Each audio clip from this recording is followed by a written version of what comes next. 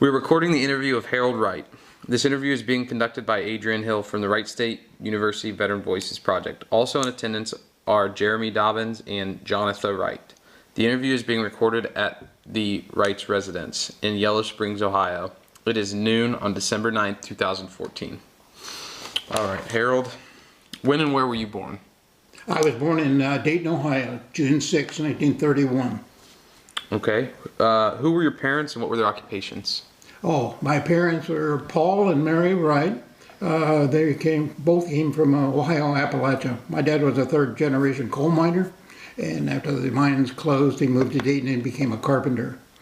My mother was raised on a tobacco farm down in southern Ohio, and they met on a hunting trip. My dad loved to hunt rabbits, and I heard there was rabbits on her farm. So he went there and knocked on the door, and pretty scary result in his life came when he answered. So he hunted there a lot. They got married, and I was born in Dayton. Okay. Did neither of them served in the military, correct?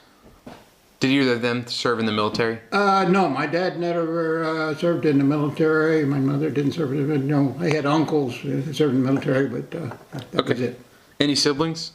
I have a brother, younger brother. Okay. Did he serve in the military? Yes, he's 7 years younger than I, and he was in the Air Force Reserve. Okay. For a number of years. Okay. So what were you doing before you entered the military? I decided to go to college after high school, but I was going to major in engineering. I realized I would not be a very good engineer. Mathematics and things were really hard for me. So after 1 year, I dropped out, but I was just about ready to be drafted. So I worked at construction work for about a year or so, kind of waiting for the draft. And when my number just about came up, I decided I was going to join something. So I went on to join the Air Force.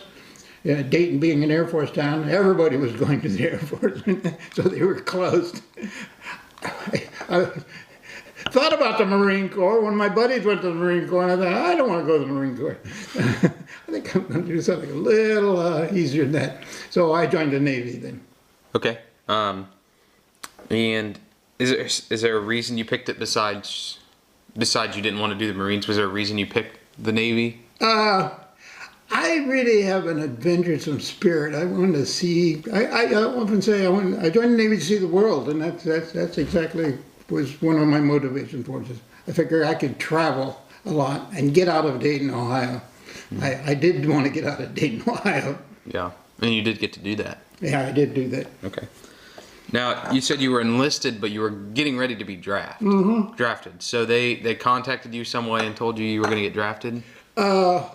We could tell by the numbers. Our numbers, you could read them in the newspaper and find out that it was getting real close. And so my high school buddies and I were always checking the newspaper, and then how close you're getting, and depend on our age. And so a couple of us were getting real close.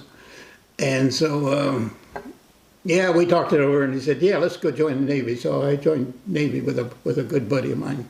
Yeah, Phil Bollinger. Okay. And we're still in touch. We go to class reunions together and still talk about the Navy. Okay. So can you kind of describe to me what it was like when you departed for basic training?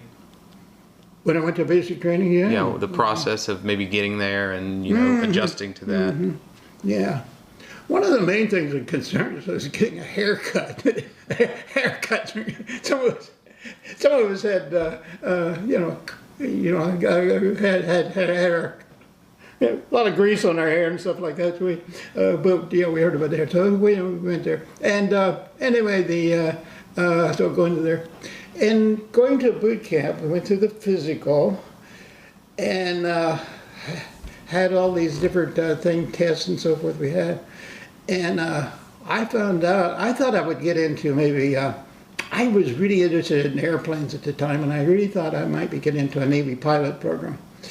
But during the first physical, they said I was colorblind, and I didn't know I was colorblind. And my buddy Phil says, you better pass this test. We're already joined up. So anyway, So we went to the physical on our bus, went to Great Lakes Training Center, and yeah, you went in his room and you had to take off all your clothes. That was the first thing. You put them in a box. And any jewelry you had, a wristwatch or anything, you had to put it in a box. And then you had to put a label on it, and he sent that home. And you were standing there buck naked, waiting for your life in the Navy. And then, you know, they issued us uniforms, and finally got that haircut. But before I went in, I got a real buzz haircut anyway. We called them butch haircuts at the time. So anyway, I was already a skinhead by the time I went to the Navy. So, but anyway, it was then the boot camp. It was yeah.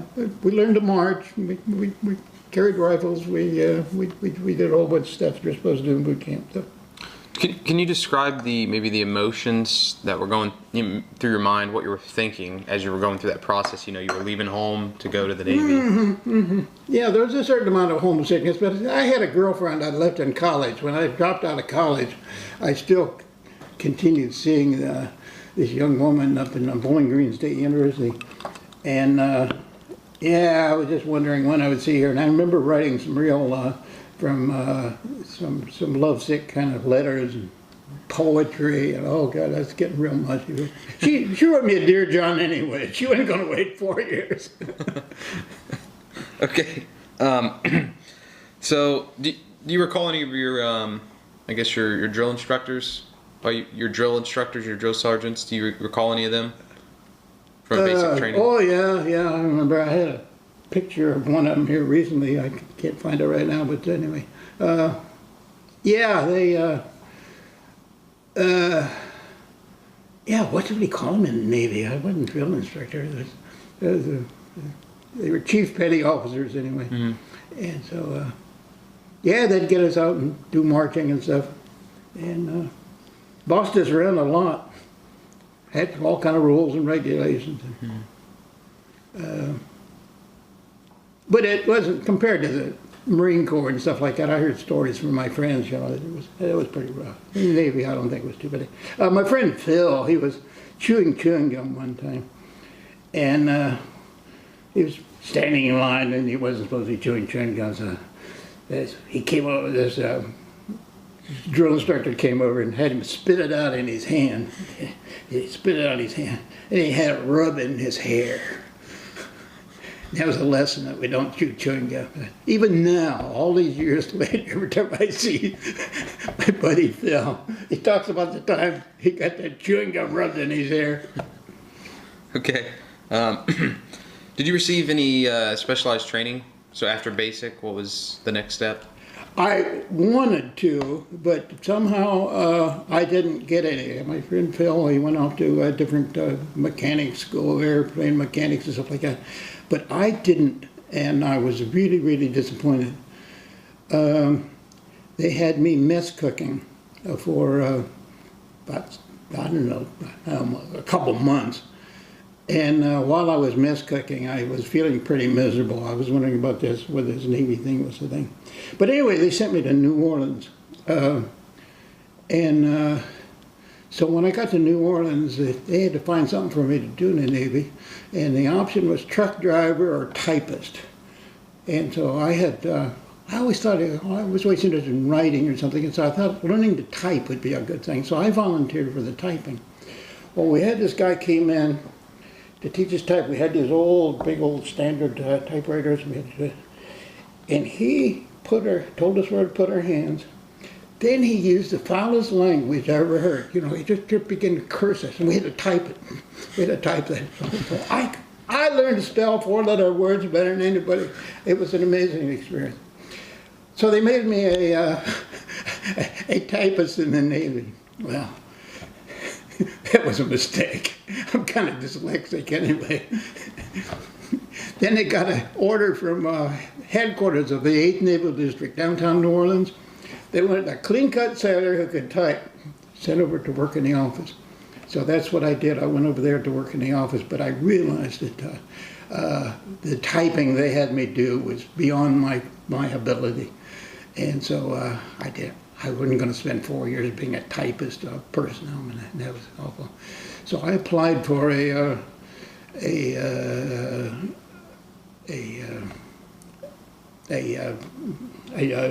transfer. And so I asked them to, I wrote a letter to the Department of the Navy saying, please send me to this construction battalion. I have a construction background. I already know basic surveying and stuff.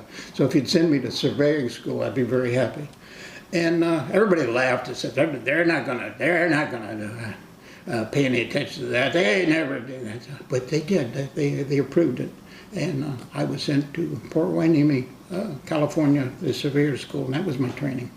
And so after that, then it came time to make assignments, and the war was really kicking up over in Korea at that time. And I began to see where they were sending the surveyors. They were sending to Guam, they were sending to Japan, they were sending them to Europe, and so forth. I thought, well, if I'm going to be in the Navy and there's a war going on, I'd like to at least see it. I said, maybe if I were, I'd be a surveyor, I'd be in Korea, probably making roads and things. So I went over to volunteer. I said, the orders cut for the surveyor judge? He said, yeah, we cut him. I said, well, where are you sending him in? He said, we're sending you to Japan, Iwakuni, Japan. I said, can you change that? Can you send me to Korea instead? That's really unusual. I said, no, we can't do that. They're already cut. You're going to Japan. Go to Japan? We already fought those people in the war. I don't know why we're going to Japan.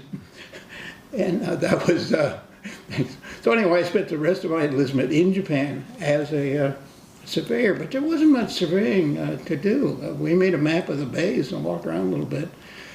And then one thing led to another.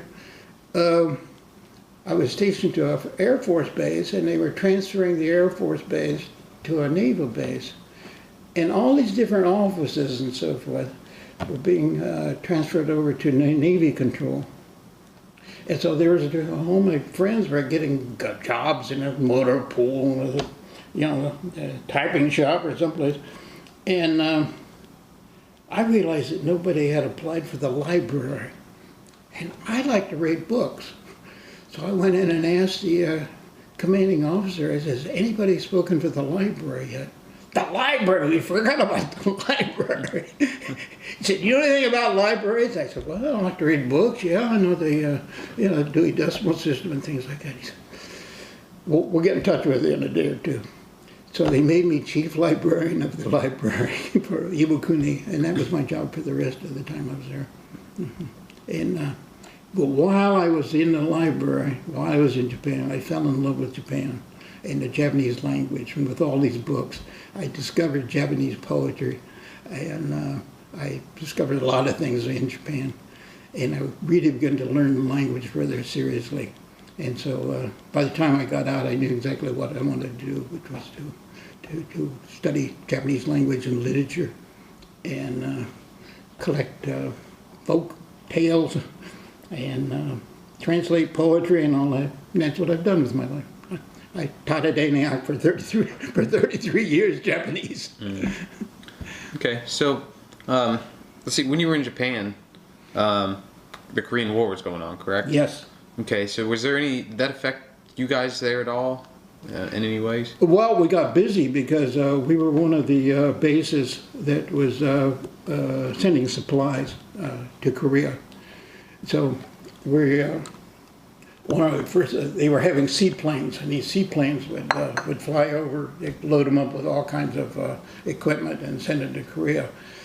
And so they had these seaplanes, and we had this bay there, and the seaplanes would come in, land on the water, and then they would hook a big cable to them and drag them up to the hangars. Well, they wanted to make a bigger seaplane ramp. And so before I got the library job, they made me an inspector on the seaplane ramp project. And the seaplane ramp was about as big as a football field, okay, that went down from the hangar all the way down into rather deep into the ocean. And So when they would land there, even at low tide, high tide, they could drag the planes up there. Well, I was the inspector. It was a Japanese construction company that was building the seaplane ramp, and I was the American representative. I had to make sure that they were building to specifications and follow the blueprints. That was my job. I could do that. And so, but when it was over, I went in to sign the report, and the lieutenant, God, what was his name? Anyway, he said, "Did you inspect the bottom of the seaplane ramp?" I said, "Well, you know, the part goes down into the ocean." Well, I was on a boat. I looked down there, and he says, "I will not sign this report until you tell me you personally inspected the bottom of that ramp." I said, "Oh God!" It was December. I thought, well, I could get a mask and swim down there, but it was really cold. So I went back and explained that I couldn't file my report until I inspected the ramp. He said, "We will let you borrow one of our deep sea diver suits." And now these deep sea, you see them in movies, you see them in restaurants. A big old helmet with air hoses coming out of the top, a little glass face. So they squeezed me into one of these, deep sea diver suits, and told me to jump off the side of the boat. Well, I was terrified. The air to it was being pumped by two old ladies with a hand pump. Okay, there was a hose going down. They had this little pump there, and I thought, anyway, pumping oil. And I said, "Oh, so I said, Dad, don't forget to pump." I told the old ladies. I was getting pretty good at Japanese at the time. So anyway, they set me down. They told me there's a valve on the side of the head. Okay, and when I press the valve, the air will go out of my suit, and I can sink. And if I want to come back up, I don't touch the valve. It'll build up with the air, and I'll come back up again. I said, okay, that'll work. Well, after much hesitation, I jumped off the side of the thing and went down the bottom. But I kept falling, boom, boom. I kept falling. And then I hit the bottom of this ramp, flat on my back. I mean, I had all this lead weights and so forth to get me down to the bottom there. So I was lying there. And the valve was stuck, okay? The air kept going out. I couldn't build up enough air to stand up again. And while I was lying there in total panic, and I kept thinking, I'll be the last casualty of World War II. Something wrong with this ramp. They're trying to kill me. I know that. These Japanese, I shouldn't be trusting them anyway. I was lying there. And just then I looked out through this peephole of this suit, and I saw one of the gigantic things that looked like a monster out of it. I didn't realize I was another diver, and I didn't realize that everything was magnified under the water. Everything was twice the size. And so this big guy came over there, had a hand, looked like a ham under the water like that. And he came over and started beating me on the side of the head. Bam, bam, bam. I thought he was trying to kill me. Something is really wrong with this ramp. They don't want me to see it. Well, he knew that it was a defective suit, and he was pretty soon it got unstuck. And then that gracious old sea diver grabbed me by the hand and led me around like a little kid in a park with his daddy, looking at the bottom of the ramp until we got all around. And I did my final measurements and was able to pass the thing. Yeah. So you got it done? Got done, except when I went back to talk to the thing, he said, "Did you check the slopes on the side?" The slope on the side is supposed to be 45 degrees with rubble, gravel. And I didn't get that far. I said, "Get your ass back down there." So I had to go down again. Was that time a little easier going the second time? The second time I went down, it was really kind of terrifying. because I was walking around the outside of the ramp and so forth, and I found a big hole, and I didn't know what was in that hole, but I kind of floated out over it, and I was just curious what was in that hole. So I was just going to tap the valve on the seat iron, and when I tapped it, it went, and I went down again. I went all the way, like an elevator shaft down. It was a hole that they had dug for gravel and stuff, I guess. But anyway, when I got down in there, I decided to just not do anything and let the air build up so I could come back up again. And when I came up, I smelled something really, really strange, something familiar. And I realized after a while it was smoke. There I was, down in this hole in this bottom of the ocean smelling smoke, and I thought, what? And the only thing that I could imagine at the time, that the boat was on fire, okay? If the boat was on fire, then the old ladies would jump off to save themselves and they wouldn't be pumping anymore. And I'd be the last casualty of World War II. I thought, oh my God, this is terrible. So I waited, but it was really burning my eyes. It really was smoke. It was really burning my eyes and so forth. And I waited until the suit built up with the air and smoke until I could pop out, and I signaled for them to drag me in. And when they dragged me in, I said, "Kamurida! Kamurida! Nanakaji! It's a fire! It's a smoke!" Smoke? They looked at me, what are you talking about? And then pretty soon they started laughing, and they realized what had happened. It was lunchtime for them, and they decided to make themselves some tea for the lunch.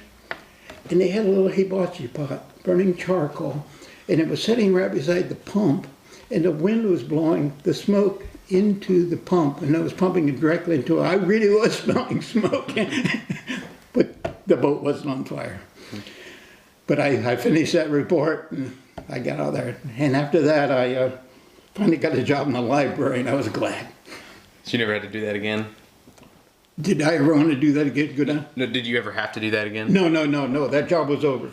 Job was over, and the seaplane ramp was approved, and they started sending all those seaplanes over to Korea for supplies. Okay.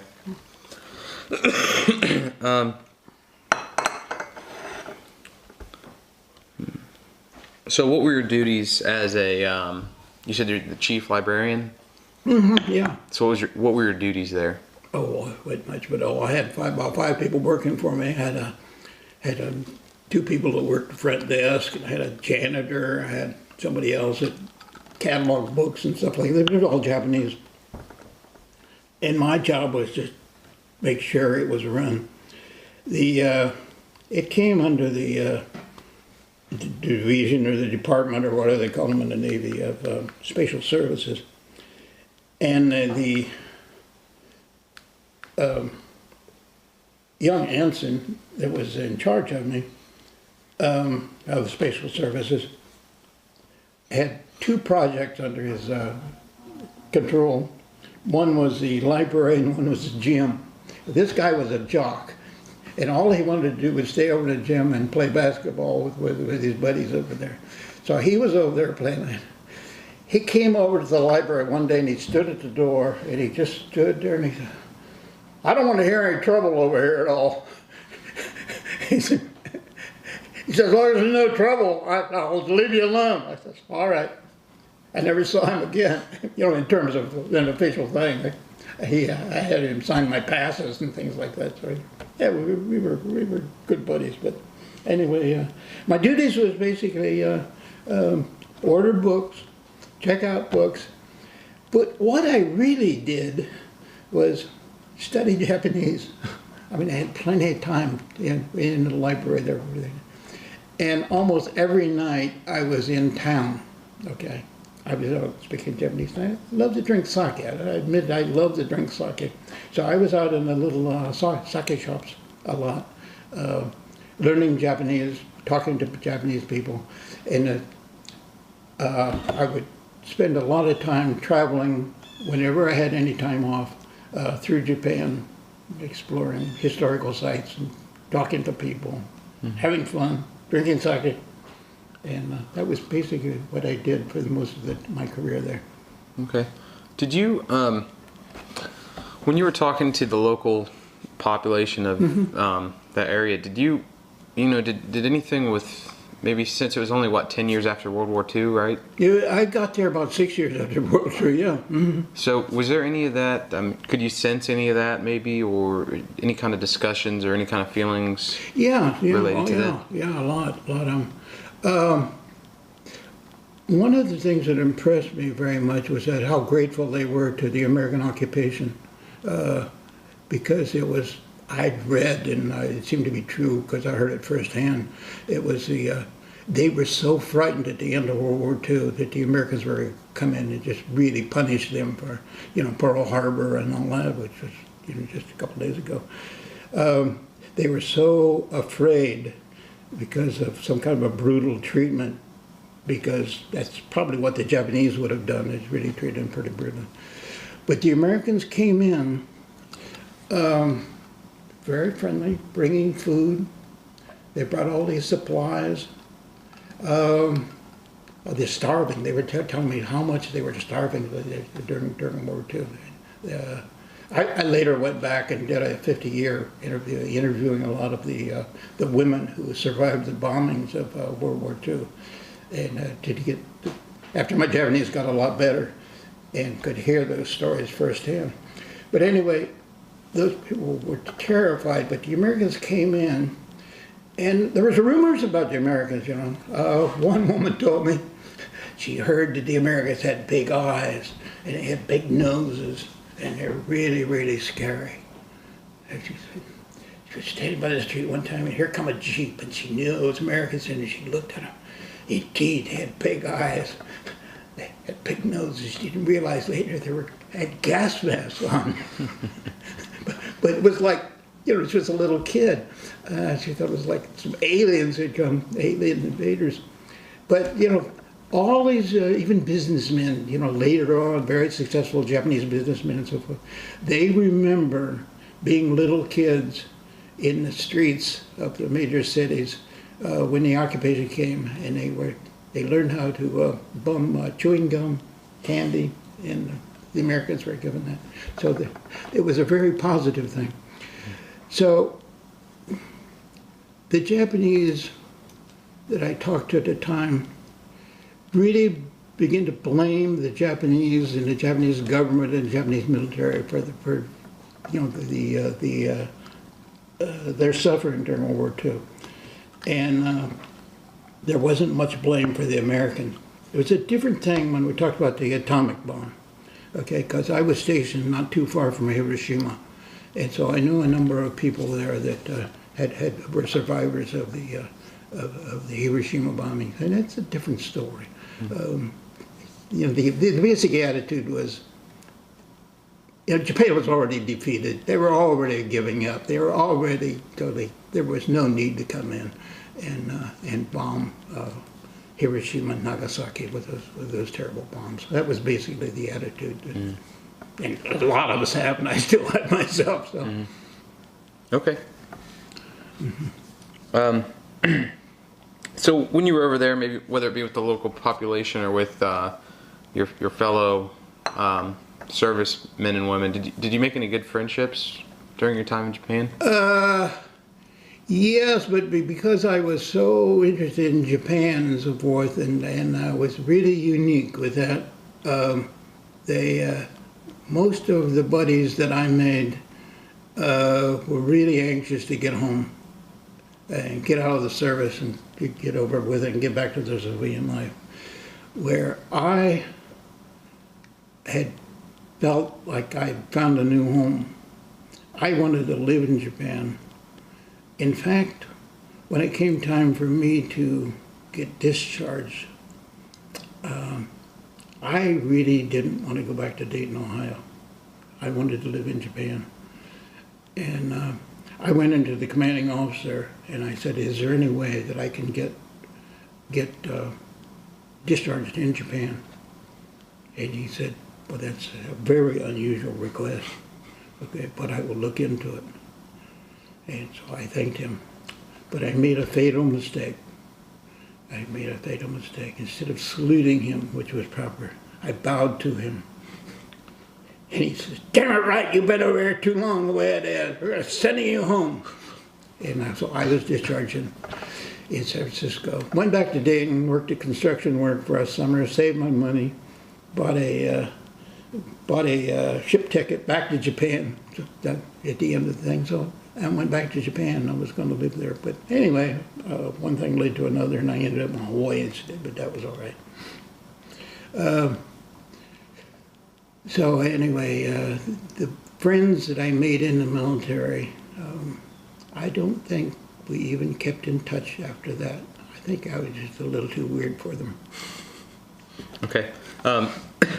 So after getting discharged and you're back and you're coming back home, did you find that adjustment hard, going from that daily routine of the military to kind of being on your own again? Oh, I don't know.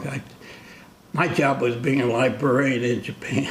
I had all the freedom I wanted because my officer over me didn't much care what I did. So, and the people I worked for were very lenient about whether I was there or not. So sometimes I would take off for 2 or 3 days, and they would always say he just stepped out. So I didn't even have to go muster. So the transition for me. But going back to Ohio and working construction work was really harder than when I was in the military, to tell you the truth. Mm-hmm. Yeah, no, I'm very grateful to the military and the Navy for giving me the opportunity to do something else. And then the GI Bill of Rights, which I mentioned, to let me have an education, because that's what I used. I really wanted to get in college. I didn't work at construction work anymore. So the transition from a librarian was sitting all the time reading books to a college student who was spending a lot of time reading books. That wasn't that difficult for me. Okay.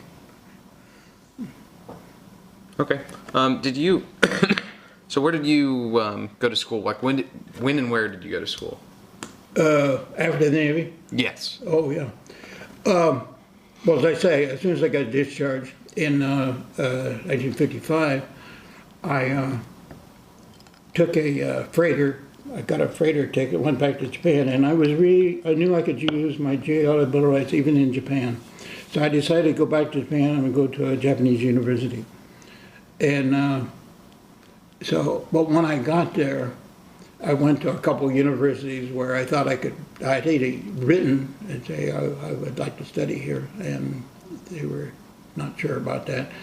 But anyway, they told me I had the wrong kind of visa. I needed a student visa. And the only way I could get a student visa was to leave the country and then come back as a student after I applied and went through the whole formality of that. And I could barely afford to get to Japan one time. In fact, when I came down to buy a round-trip ticket, which was required, I bought it only back to Honolulu.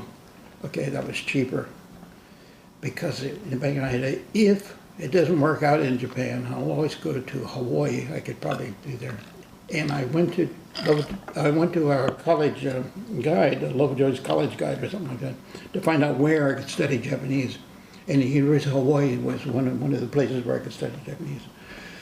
So after spending a number of months, maybe a winter in Japan, it was kind of cold and miserable, and I didn't have any income at all.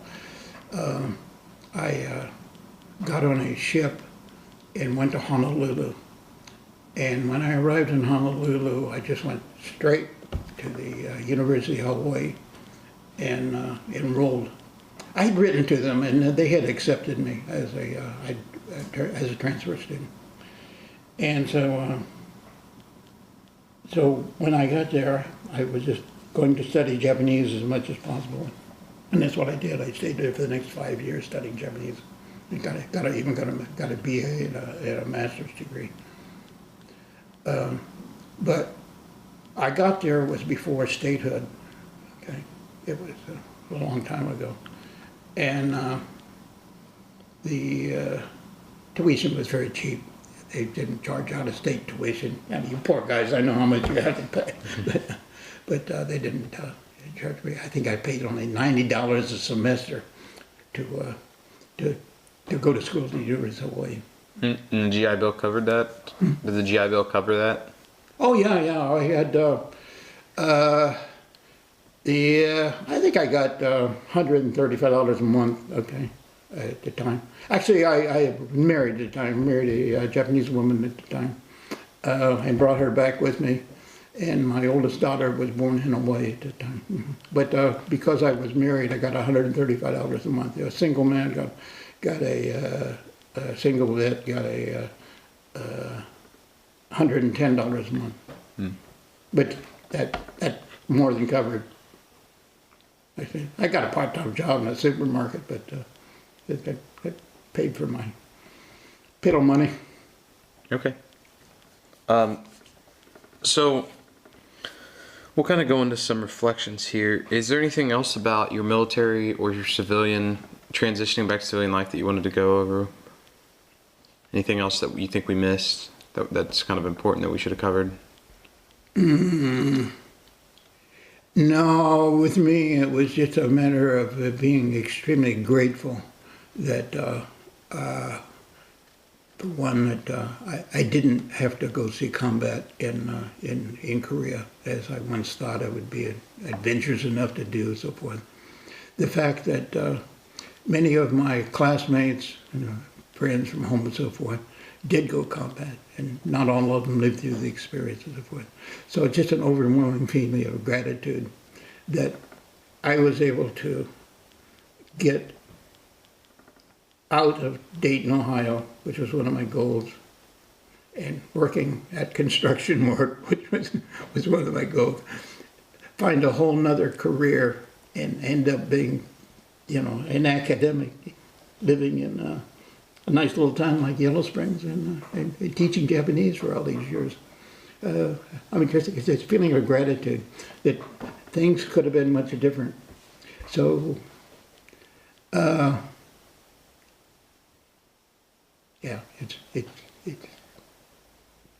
think about the people that weren't so lucky makes me feel very grateful.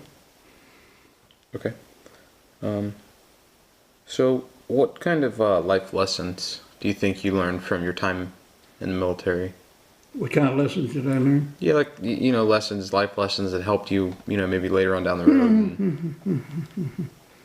Well, the fact to know that I could survive in a very rigid institution like that, and learn to obey orders and march and do all those things. It was just the idea that I could actually do that. I wasn't sure that I would be able to do that, because I've always been kind of weird, hated authority and so forth, to know that I could do that. I could do that if I chose to do that, and I did it, I got along well with officers and stuff. It wasn't a disciplinary case. I was just kind of weird. We couldn't, I'd say, let's see what the boundaries are and what was expected of me, and then I'd go off and kind of do my own thing as much as possible.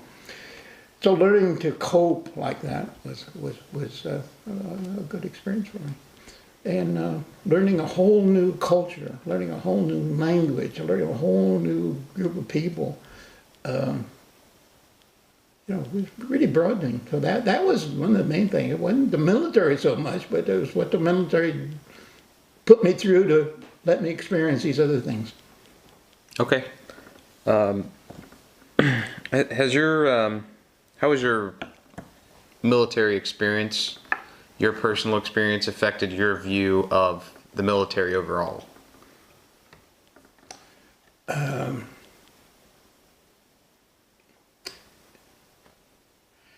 I got confused about the military, especially when I remember, I started teaching at Ohio State University in the 60s during the Vietnam War, and there was all these protests, against the war, against the draft, people burning draft cards and things like that. And I could agree with that. Yeah, I don't know why we were in Vietnam. I didn't know why we were in Korea, actually. Yeah, I could see World War II, why they were fighting Japanese a little bit more clear than anything else that's happened since then. I could just, so there's an amount of confusion about, you know, what the government is telling us about world conditions at the time, and sending people out to do this kind of fighting has always been very confusing for me. But from my own experiences, I knew that the military was a thing that got me out of Dayton, Ohio. Not to Dayton, Ohio. I love Dayton, Ohio now.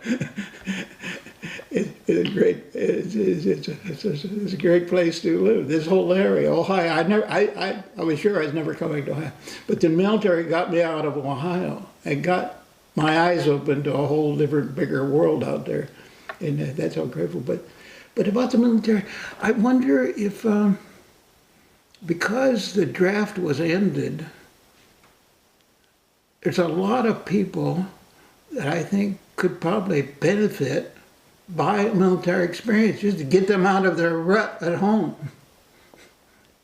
And, you know, whether enough people just join up to do that is one way of doing it.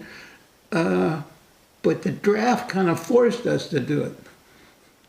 And so I have mixed feelings about the draft even. And it was a very democratic kind of thing. I don't know who joins up now, you know, and it's like people that, well, maybe it's not as equal as it used to be.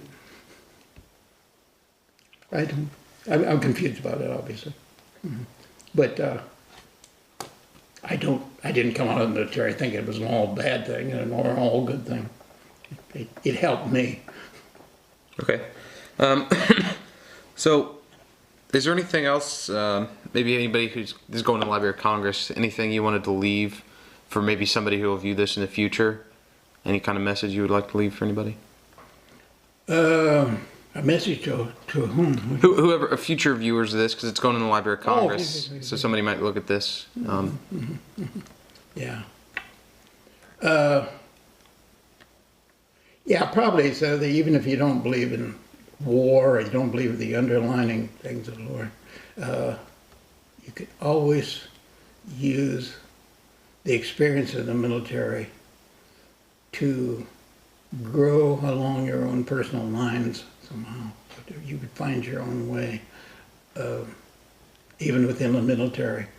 And again, if you don't have an opportunity for an education, the GI Bill of Rights is really wonderful. Okay. Anything else you wanted to add that you feel we've missed? Mm-hmm. Did I forget anything? Not anything important that I can think of. Mm-hmm.